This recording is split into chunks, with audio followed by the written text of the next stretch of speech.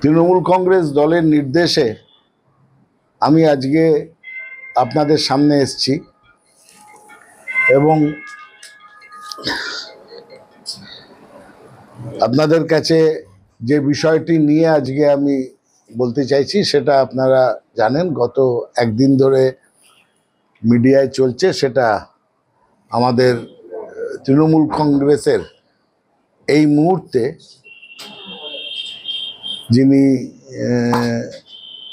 তার রেজিগনেশন দিয়েছেন, সেই অখিলগিরি কারামন্ত্রী, তার বিষয়ে গতকাল একটি ভিডিও সর্বসমক্ষে আসে এবং সেইটা আপনারা দেখান, সবাই দেখেছেন, মিডিয়াতে বহুল প্রচারিত হয়েছে। সেখানে একজন সরকারি আধিকারিককে মন্ত্রী যে ভাষায় যেভাবে তার সঙ্গে কথা বলেছেন, সেই বিষয়টি দল অনুমোদনও করে না, দল ভালোভাবে নেয়নি এবং মনে করা হচ্ছে সার্বিকভাবে দলের তাতে তার ইমেজ, যা আমাদের দলের যে ইমেজ, মুখচ্ছবি, সেটা কিছুটা হলেও খারাপ হয়েছে। আজকে দলের সর্বোচ্চ নেতৃত্বের সিদ্ধান্তে দলের সভাপতি সুব্রত বক্সী তিনি অখিলগিরি মহাশয়কে তিনি কমিউনিকেট করেন, তার সঙ্গে সংযোগ করে তাকে দুটি বিষয় বলেন।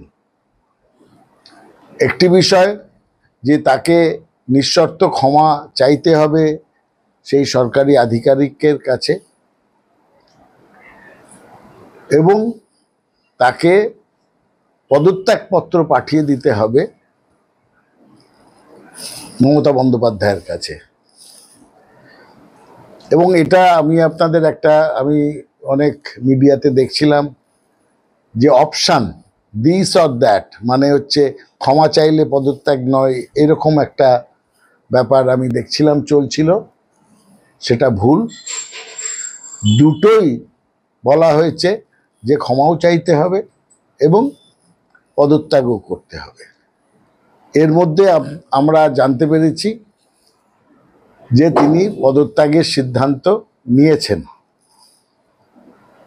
এবং এই পদত্যাগের সিদ্ধান্তের পর আপনারা জানেন একটা মন্ত্রিসভা থেকে পদত্যাগের সিদ্ধান্ত, সেটা মুখ্যমন্ত্রীর প্রেরোগেটিভ, তিনি সেটা গ্রহণ করবেন কি করবেন না এবং পরবর্তী ক্ষেত্রে সেটা রাজ্যপালের কাছে পাঠিয়ে দেওয়া হয় তার এই সিদ্ধান্তের কথা।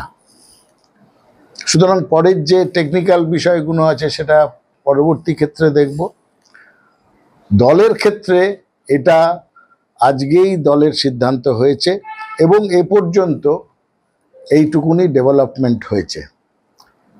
এই প্রসঙ্গে আমি আপনাদের আরেকটুখানি বলে দিই, তৃণমূল কংগ্রেস দল তারা প্রতিনিয়ত অনুশাসন, দলের কাজকর্মের ভুল ত্রুটির সংশোধন এবং যারা কাজ করবে তাদের আত্মসংযমের সঙ্গে কাজ করার কথা বলেন।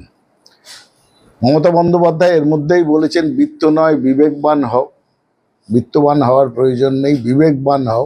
কিন্তু তার সঙ্গে যেটা বারবার বলা হয়ে থাকে, সংযত এবং সংহত হতে হবে, শালীনতা বজায় রাখতে হবে, শোভনতা থাকতে হবে, ভদ্রতা এবং ভব্যতা রাখতে হবে এবং দলের কাজে দৃঢ়তা দেখালেও সেটা কোনোভাবেই যেন শালীনতার সীমা অতিক্রম না করে।